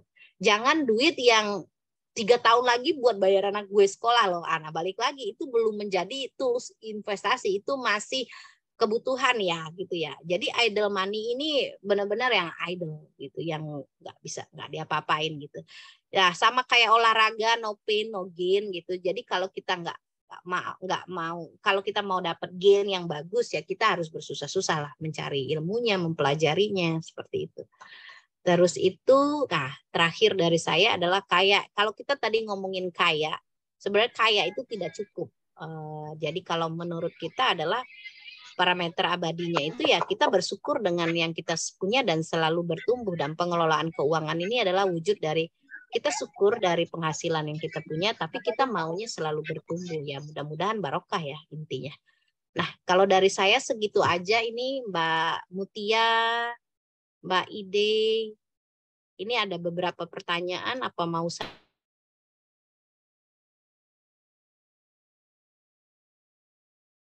untuk ini hampir 1,5 jam ya, nggak ya, hampir terasa, dan 1,5 jam. alhamdulillah ini engagement-nya lumayan, nggak ada peserta yang kabur-kaburan ternyata. Insya Allah sih harapannya semua pada menyimak dan pada paham gitu. Karena kalau istilahnya di podcast YouTube yang sekarang nih ya Mbak, kayaknya daging semua gitu ya dari apa yang disampaikan Mbak Ulir gitu. Dan kalau saya pribadi sih benar banget yang tadi poin terakhir yang disampaikan Mbak Ulir tentang knowledge improvement terkait literasi keuangan tuh, karena memang zamannya semakin dinamis gitu ya. Jadi kalau kita nggak ngikutin bukan lantas trennya ya, tapi perkembangannya seperti apa gitu, kayak rasanya kayak ketinggalan kayak kok ternyata tidak kulakukan ya ini dari beberapa tahun lalu, atau tiba-tiba ya nyadarnya sudah di usia yang kayaknya telat deh kalau baru mau mulai sekarang gitu. Nah, ini masih ada 45 jamaah ini yang masih setia di sini. Barangkali ternyata Bapak-Bapak juga alhamdulillah antusias ya, Bapak sebagai Menteri, walaupun bukan Menteri Keuangan di rumah tangga ya, Bapak sebagai Presiden yang menggaji Menteri Keuangan.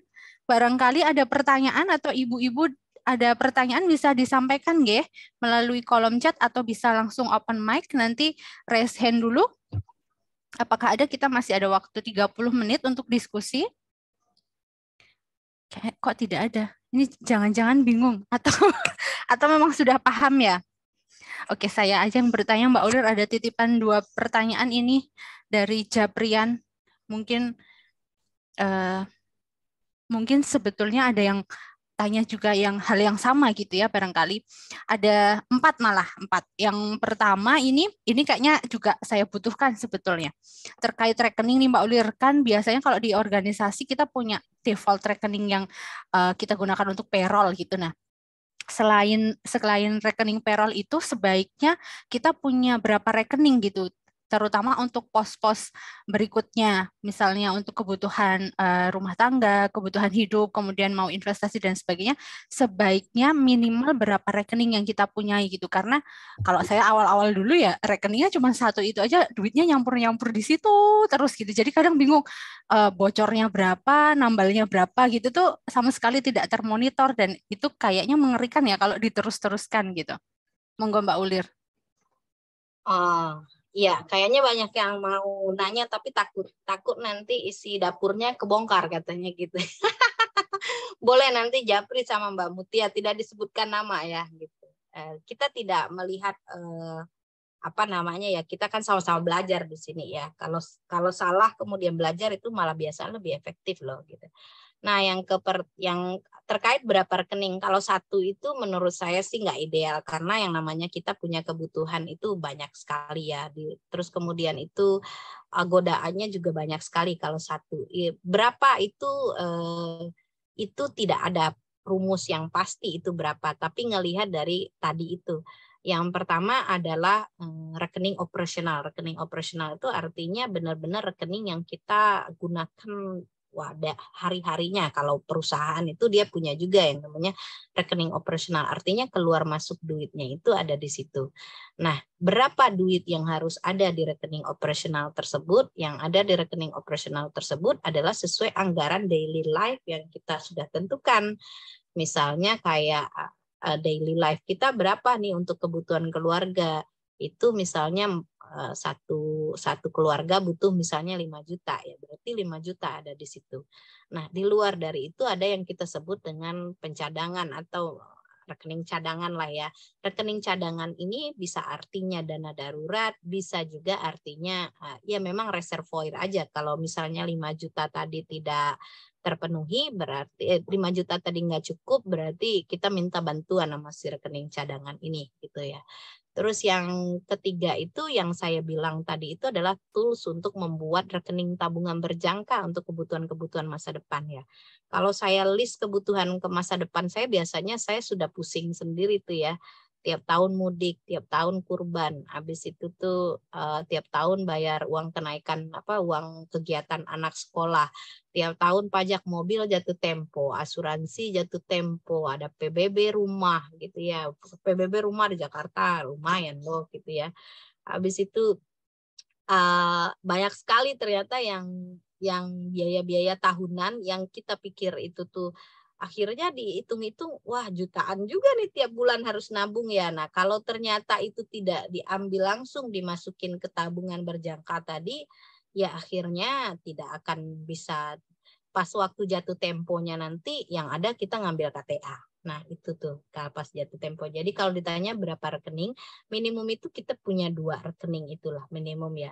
Nah, kalau misalnya untuk dana darurat di mana ditaruhnya baiknya? Dana darurat kan tadi beberapa financial advisor bilangnya minimum 4 kali dari kebutuhan hidup lah. Kalau kebutuhan hidup misalnya 5 juta, ya berarti 20 juta gitu ya.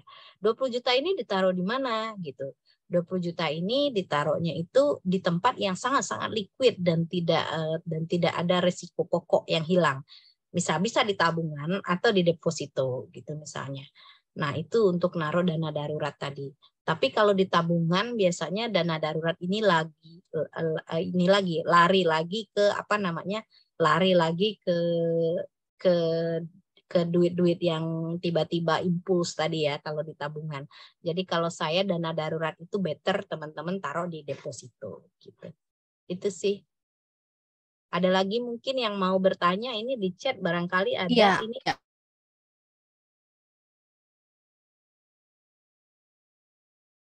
Oh, Mutia Mbak Black Mutia kayaknya ya. menulis kayaknya. Ada pertanyaan di chat Mbak Uli. Chat. Ada ini dari Mbak Ide nih teman saya nih. Saya pernah ambil premi asuransi yang modelnya tabungan berjangka plus proteksi jiwa tapi gabung dengan investasi. Ini yang saya cerita tentang unit link tadi ya. Unit link bahasa commonnya. Ternyata ada penyusutan dana katanya karena nilai inflasi naik sehingga investasi yang turun.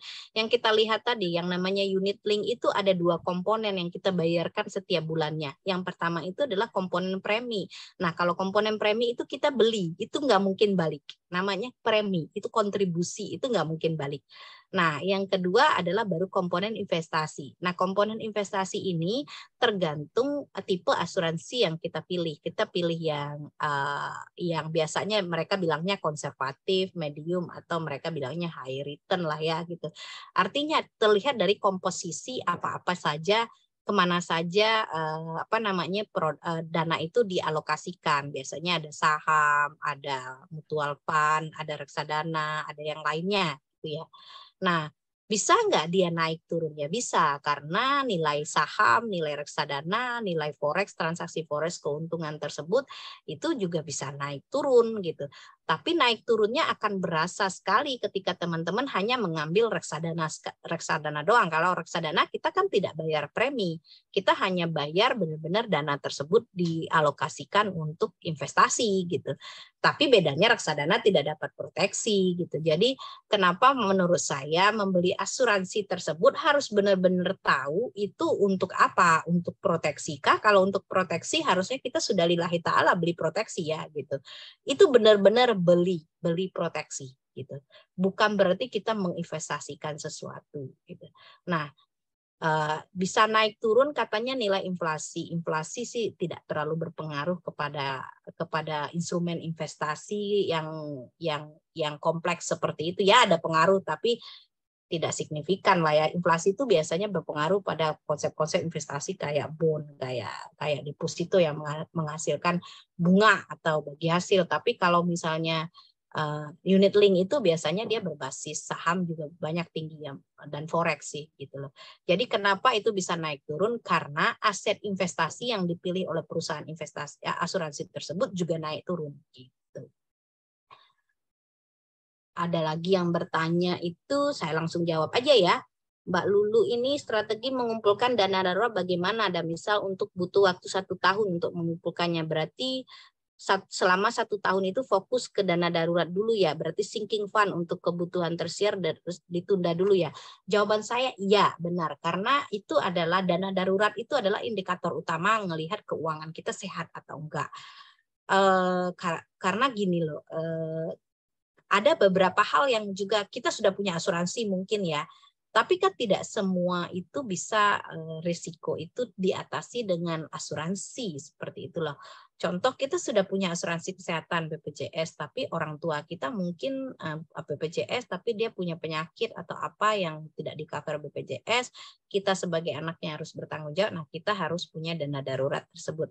Dana darurat itu ya benar sinking fund gitu loh. Nah, kenapa sinking fund itu harus ditaruh di tempat yang benar-benar sangat liquid dan tidak memiliki resiko akan kehilangan pokoknya lah ya gitu. Jadi makanya gimana caranya mengumpulkan dana darurat itu gitu. Jadi kita proses dulu menabung untuk mengumpulkan dana darurat tersebut, baru kita proses lagi untuk yang lainnya seperti itu. Ada lagi yang di bawah ini adalah dari Mbak Hija. Dari Mbak Hija. Bagaimana pendapatan per bulan? Ya, kalau ada. Bagaimana cara mengelola keuangan yang didapatkan di luar pendapatan per bulan kita? Karena biasanya kalau dapat uang terus lupa diri, gitu ya. Nah ini Mbak Hija udah punya pendapatan, udah punya dana didapatkan di luar. Biasanya dosen-dosen itu banyak sekali itu pendapatannya di luar ketimbang di dalam ya. Nah. Jadi ada yang namanya itu fixed income. Fixed income ini yang memang certain yang harus kita bagi ke dalam anggaran. Jadi misalnya gaji tiap bulan adalah 5 juta. Berarti 5 juta ini yang harus berarti gaya hidup kita harus sama dengan gaji 5 juta. Itu adalah rumus pertama. Yang kedua adalah nanti kan saya ngisi, nanti kan saya meroyek, nanti kan saya ini. Nah, dananya tersebut itu pertama adalah tadi rekening yang berbeda tadi bisa jadi salah satu toolsnya ya. Yang kedua adalah langsung alokasikan pendapatan di luar yang rutin tersebut kepada pengeluaran yang juga nanti akan kita keluarkan yang non rutin. Misalnya adalah naik haji atau umroh itu kan tadi itu bukan investasi ya, itu impian, artinya itu kebutuhan, artinya itu biaya hidup. Tapi kan nggak rutin kita keluarkan. 5 juta tadi itu kan rutin kita dapatkan, kita harus pairing sama rutin yang kita keluarkan. Nah, yang tidak rutin kita keluarkan ini harusnya kita pair lagi dengan yang rutin, tidak rutin kita dapatkan, kita pair lagi dengan kebutuhan yang tidak rutin kita keluarkan. Misalnya kayak haji, umroh, pergi jalan-jalan. Nah, ini bisa langsung diposkan kepada hal tersebut agar kita tidak lupa diri, masukkan ke instrumen keuangan. Jadi misalnya ya sudah masukin ke deposito, masukin ke tabungan berjangka, masukin ke reksadana kalau ternyata masih lama naik hajinya ya gitu, atau naik umrohnya pengen lebih lama, masukin ke reksadana.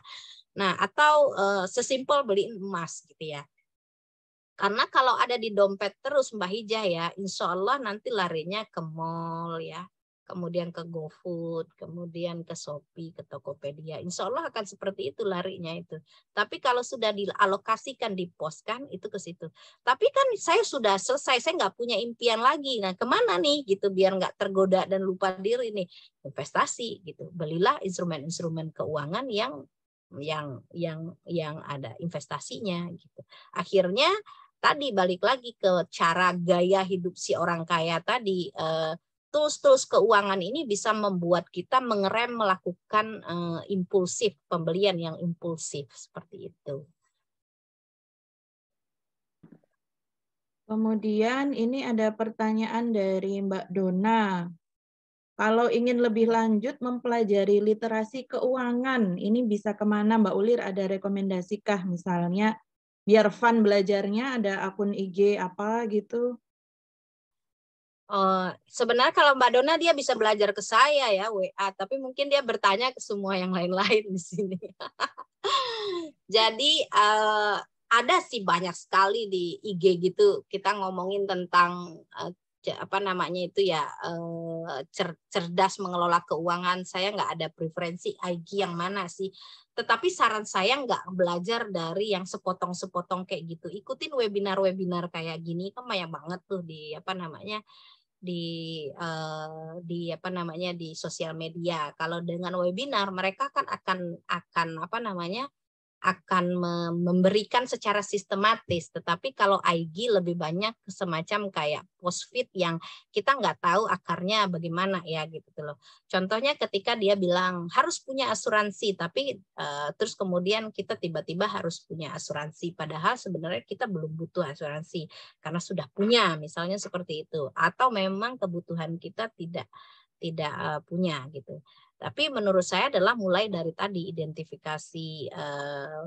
identifikasi proses keuangan kita sendiri gitu tuh. Terus saat ini saya nyuruh anak mencatat setiap dapat uang satu, baru begitu aja praktek ngajarin. Oh ya, jadi bagaimana cara ngajarin literasi keuangan kepada anak gitu kan ya kali ya.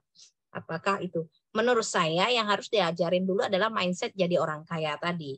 Ketika anak-anak sudah memiliki mindset tersebut, apalagi di usia-usia teman-teman psikologi pasti udah tahu ya, kapan anak-anak di usia-usia yang sudah bisa melakukan pertimbangan, mengambil keputusan, misalnya seperti itu.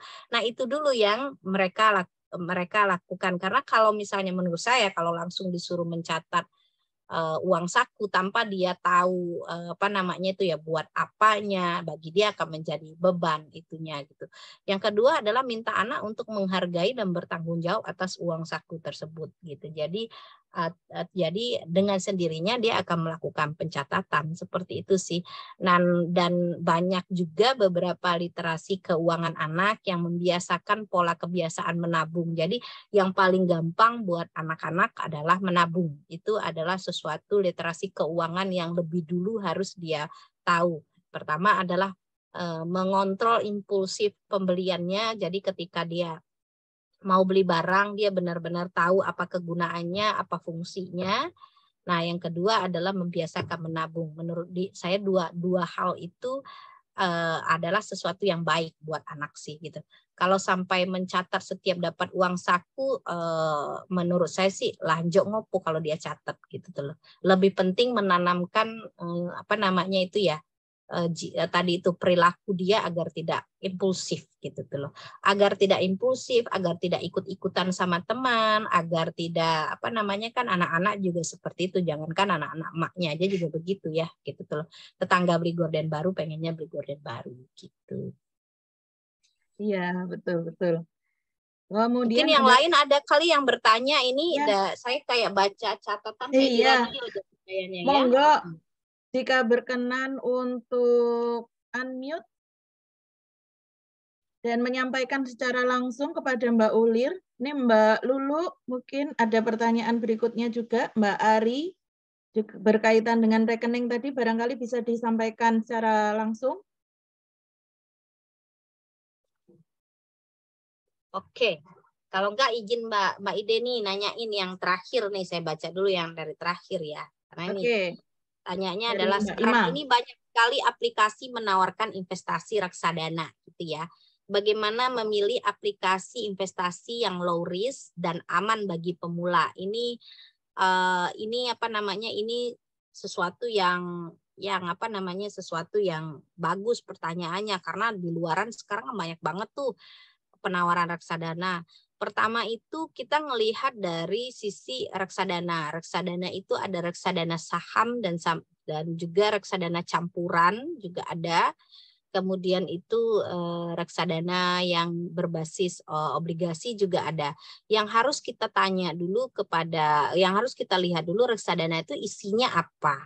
Semakin banyak isi sahamnya itu risikonya semakin tinggi. Jadi kita harus pilih yang low risk dulu gitu ya. Dan di mana kita bisa beli reksadana itu? Pertama adalah yang paling memudahkan kita adalah sebenarnya perbankan. Kenapa perbankan? Karena perbankan itu pastinya memilih partner provider reksadana itu berdasarkan due diligence checklist yang sangat-sangat rigid ya, gitu loh. Yang kedua kita bisa lihat juga dari perusahaannya, perusahaan penerbit reksadana. Nah, kita bisa baca-baca perusahaan penerbit reksadana yang paling bagus. Yang ketiga adalah kita lihat juga dari sisi track record reksadananya, hasilnya selama misalnya 3 tahun terakhir gitu ya, 10 tahun terakhir investasinya seperti apa. Biasanya itu kalau saya zaman dulu sih bacanya koran media Indonesia, bisnis Indonesia gitu ya. Tapi bagi teman-teman kan rada susah ya beli begituan ya. Banyak juga reksadana retail nih yang dijual di pasaran gitu ya.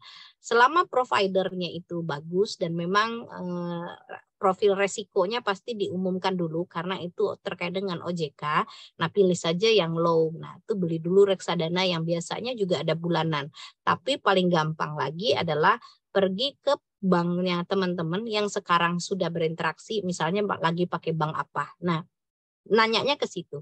Itu pasti jauh lebih, menurut saya sih jauh lebih prudent ya ketimbang beli-beli sendiri di investasi. Dan mulailah dari yang small amount gitu. Jadi setelah tahu, setelah lihat, nah cari juga provider bank ataupun bank partner yang memberikan report reksadana itu secara online. Jadi banyak sekarang mobile banking bank-bank yang sudah besar, yang sudah bagus itu juga tidak hanya ngeliatin saldo rekeningnya, tapi dia juga ngeliatin saldo investasinya. Jadi kita bisa pantau secara mandiri saldo investasi kita itu berapa gitu. Bahkan kita bisa beli langsung dari mobile bankingnya reksadana yang kita suka apa. Gitu. Terus itu terkait emas. Terkait emas ya, emas. kalau Mbak Lulu, kalau mau investasi emas paling aman disimpan di mana ya? Paling aman disimpan di Safe Deposit Bank ya, SDB namanya, di bank gitu. Biasanya kita sewa tahunan, setahun itu di atas 1,5 juta. Tapi kan biaya lagi dong, 1,5 juta cuma buat biaya SDB doang ya. Lihat juga kepentingannya. Pertama adalah tidak hanya emas yang disimpan di situ, BPKB, sertifikat rumah, surat nikah, surat apapun bisa disimpan di situ ya. Apalagi kalau rumah kita kurang apa namanya, kan ada orang yang tipenya benar-benar bagus dari sisi penyimpanan, ada yang tidak bagus, rumahnya banyak orang, misalnya begitu ya. Tapi kalau tidak berkenan di SDB itu, ya mau nggak mau harus punya yang banyak tuh berangkas mini yang ada dijualan di apa namanya di apa namanya di platform market, online market gitu. Itu juga bisa jadi ini sih. Tapi jangan pernah simpan itu secara sembarangan ya. Gitu. Tetap harus ada berangkas. Dan paling aman adalah di safe deposit box di bank. Gitu. Iya. Kayaknya yang berangkas kecil itu kemarin ada kasus juga loh, Mbak Ulir, diambil seberangkasnya, selebgram. Siapa Iya, gitu. karena kan namanya juga berangkas kecil ya. Jadi anak saya aja bisa nyongkel gitu ya. Paling gampangnya adalah ditanam di tembok. Tapi kalau udah yang namanya perampok ya diambil aja. Jadi kalau nanya paling aman adalah di safe deposit box.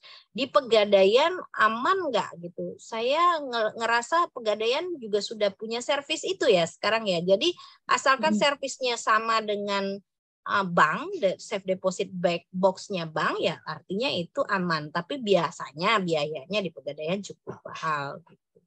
Biasanya loh. Gitu. Nah, kalau di safe deposit box di bank tidak hanya emas, tapi teman-teman juga bisa menyimpan lain yang termasuk mungkin kenang-kenangan dari mantan pacar kali ya, biar nggak ketahuan suami bisa disimpan di situ. Gawat ini kalau gawat ya. Nggak bisa move on. Sambil menunggu ada pertanyaan yang baru, ini tadi ada satu pertanyaan yang belum terjawab dari Mbak Ari terkait dengan tabungan berjangka dan rekening tadi, melanjutkan pertanyaan yang tentang rekening tadi. Kalau cukup itu aja gitu, tabungan di rekening berjangka, rekening di tabungan berjangka itu tadi dan rekening aktif yang untuk payroll, apakah sudah cukup? Jadi sudah punya rekening berjangka selama 7 tahun gitu ya. Yeah. Bahkan orang mereka yang contohnya saya lah ya, yang masih dalam proses melakukan pengelolaan keuangan rekening, pengelolaan keuangan yang efektif, saya punya 9 rekening berjangka. Karena kenapa? Kebutuhan kan beda-beda ya. Ada yang rekening berjangka yang untuk tahun depan saya kurban, berarti cuma setahun. Bahkan kurang dari setahun karena namanya tahun Hijriah itu nggak sampai 12 bulan kan. Ada yang saya tiap tahun dik gitu loh. Itu berarti setahun juga. Ada yang buat anak saya sekolah, tapi jatuh temponya harus bulan Mei, Bu, nggak bisa pas itu, jadi harus tahun lagi. Ada yang buat 4 tahun lagi, misalnya saya mau bayar haji, misalnya kayak gitu. Jadi benar-benar kebutuhan rekening, kalau rekening berjangka disesuaikan dengan tadi itu biaya hidup yang akan kita penuhi di masa depan. Benar-benar biaya hidup ya. Yang kedua baru impian gitu. Nah, apakah selain rekening payroll itu harus punya rekening yang lain? Saya balik bertanya lagi ke Mbak Anggar ya. Apakah dengan satu rekening ini menurut Mbak Anggar sudah memiliki kontrol terhadap rekening tersebut, artinya sering nggak loss lah kayak gitu ya. Nah, kalau ngerasa bahwa rekening ini sudah cukup, ya mungkin memang sudah cukup. Tapi ternyata misalnya saya nganggarin 5 juta. Tapi ternyata habis-habisnya di ending-endingnya ya 8 juta terus itu mungkin butuh satu rekening agar ada ekstra lagi ketika journey kita ditambah dalam melakukan proses pembelian. Biasanya perilaku pembelian kita itu menjadi lebih terkontrol gitu tuh. Contoh misalnya ketika kita memasukkan barang ke dalam keranjang, kemudian kita diemin dulu di dalam Shopee, keranjang Shopee itu ya, 3 hari lagi baru akan kita check out. Biasanya kita akan memilih keranjang mana yang akan kita delete gitu loh. Itu aja sih. Jadi dibalikin lagi kepada masing-masing kita, apakah kita memang merasa bahwa dengan satu rekening operasional tersebut sudah bisa membantu kita memanage dan menekan impulsif kita dalam melakukan pembelian gitu. Iya. Mungkin bagi teman-teman yang lain kalau ada yang ingin bertanya atau misalnya memiliki pengalaman yang berbeda juga bisa di-share kali ya di sini ya. Betul sekali. Monggo Bapak dan Ibu, ini kebetulan juga ada bapak-bapaknya loh Mbak Ulir, beberapa. Wah, ada bapak-bapaknya. Ada beberapa, ada Pak Arief, Pak Didik, ada Mas Bowo tadi ya, nggak tahu masih stay atau sudah pamit. Silahkan Ibu-Ibu, Mas dan Mbak.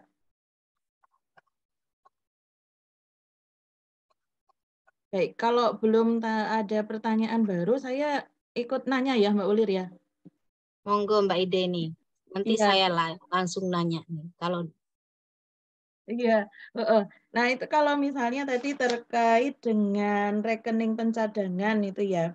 Kalau menurut Mbak Ulir, kalau kita mau nabung menukarkan uang kita dengan mata uang asing itu Mbak Ulir, dan disimpan kita sendiri sih, bukan jadinya masuk ke reksadana atau menggunakan tools yang lain. Kalau yang seperti itu menurut Mbak Ulir bagaimana? ada dua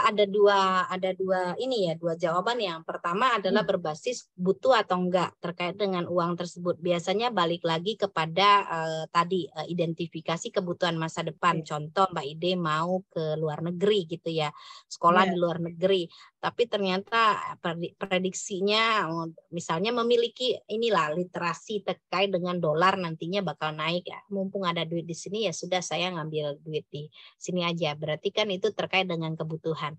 Tapi forex juga dipakai untuk sarana investasi gitu tuh ya. Tapi lebih banyak kepada tradingnya. Trading itu artinya mereka dapat margin dari transaksi jual beli mata uang asing tersebut. Jadi beli misalnya dolar.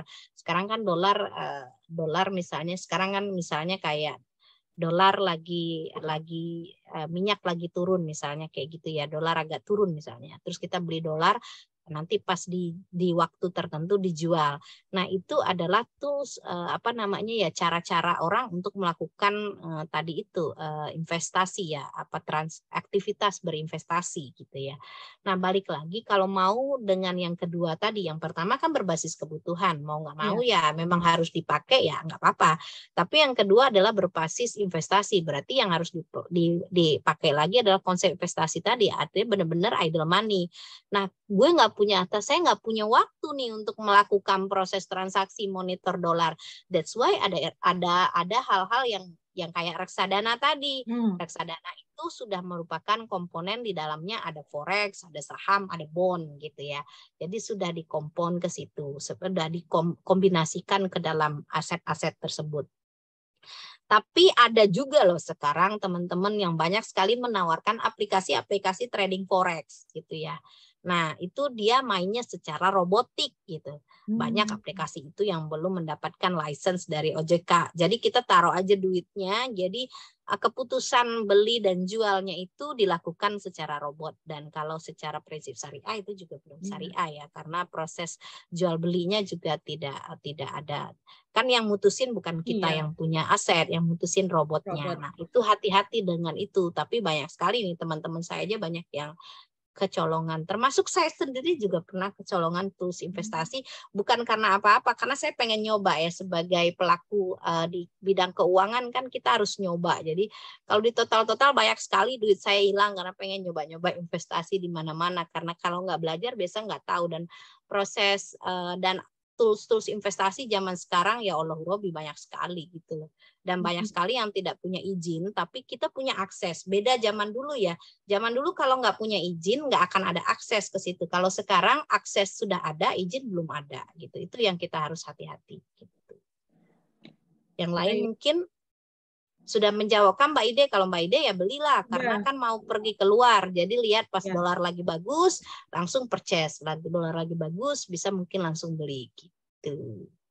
Baik, iya. Tapi betul, daripada beli jadi banknote, saya lebih menyarankan belinya tetap jadi TITI ya. Jadi jadi masih di tabungan, karena banknote itu mahal kan konversinya, dan proses penyimpanannya karena bukan uang kita juga harus diperlakukan seperti proses penyimpanan dokumen yang sangat yang sangat baik gitu ya. Dia kalau udah rusak harganya turun, kelipet harganya turun gitu. Sudah sangat menjawab Mbak Ulir, terima kasih. Baik, Mbak Mutia ini sudah kembali lagi ke ruang Zoom tampaknya. Ini saya kembalikan ke Mbak Mutia. Untuk sesi tanya jawabnya sudah cukup, nggih, sepertinya. Terima kasih Mbak Ulir. Monggo Mbak Mutia. Alhamdulillah bisa kembali. Terima kasih, sangat padat sekali ya, sampai pukul 10.54 kita masih diskusi. Terima kasih sekali Bapak Ibu untuk atensi hari ini. Semoga pertanyaan-pertanyaan tadi sudah terjawab. Mungkin bila masih membutuhkan konsultasi nanti bisa minta kontak Mbak Ulir ya, untuk Kang Senan misalnya mau konsultasi dan sebagainya gitu. Bapak Ibu, sebelum kita tutup nanti kita lakukan foto bersama terlebih dahulu dengan capture dari layar saya. Bagi Bapak Ibu yang berkenan, mohon untuk open cam beberapa saat. Nanti saya akan lakukan tangkapan layar. Kebetulan ada 2 laman ini. Mbak Mutia, nih sambil menunggu yang open cam. Nah, pada pagi hari ini juga telah hadir Bu Rita. Sudah bergabung dengan kita. Oh baik, Ibu selamat datang. Maaf tadi terlewat menyapa. Halo Ibu. Nggih, Mbak Mutia, Mbak Ide. Terima kasih Mbak Yuliana Fitri. Panggilan kerennya Mbak Ulir ya, tadi saya dengar. Ya, banyak sekali. Sebenarnya saya dari jam 10 kurang tadi sudah gabung dan banyak hal yang sudah saya dengar, dan banyak sekali yang sekiranya bisa kita pertimbangkan ini untuk mengelola keuangan kita. Makasih ya Mbak Yuliana Fitri, Mbak Ulir. Sama-sama Bu Rita. Baik, Ibu-Ibu, saya akan ambil dulu tangkapan layar untuk slide pertama, nggih. Boleh disiapkan. Aduh, Pak Arief, terima kasih, rapi sekali. Bu Arief mana? Bu Arief tidak diajak join. Oke. Wah, datang. Baik. Oh, baru PKK. Baik. Untuk layar pertama saya capture 1, 2, 3. Oke, berikutnya slide kedua. 1, 2, 3. Terima kasih. Ya, sudah tersimpan semua. Alhamdulillah. Baik Bapak Ibu, sebelum kita akhiri, kita tutup dulu dengan hamdalah untuk acara hari ini karena sudah sangat lancar ya. Benar-benar daging selama lebih dari 1 jam yang disampaikan oleh Mbak Ulir tadi. Dan Bapak Ibu juga masih setia di sini. Ini hanya berkurang tadi 48, kemudian 45, hanya berkurang 1. Yang berkurang 1 ini tadi pamit mengaku mau menjemput anak. dan masih sisa 44 sampai akhir. Terima kasih sekali. Mohon maaf dari kami apabila ada hal-hal yang masih kurang berkenan. Insya Allah kita akan jumpa di forum-forum webinar berikutnya dari Dharma Wanita. Dari kami akhiri. Terima kasih banyak. Selamat siang Bapak Ibu semua. Wassalamualaikum warahmatullahi wabarakatuh. Waalaikumsalam warahmatullahi wabarakatuh. Terima kasih. Terima kasih Mbak Ulir. Terima kasih Ibu-Ibu sekalian. Izin live. Meeting di Bapak Ibu. Izin live. Mbak Dundun. Iya Mbak. Ya Mbak Ide. Oh, kamu kok jauh suaranya. Ini Mbak Ulir udah live duluan. Iya, oke. End meeting ya. Oke. Mbak. Oke, makasih Mbak. Nanti aku japri beliau ya Mbak, ngomongin soal yang kemarin Mbak Ide bilang. Yoi, siap. Ya, thank you.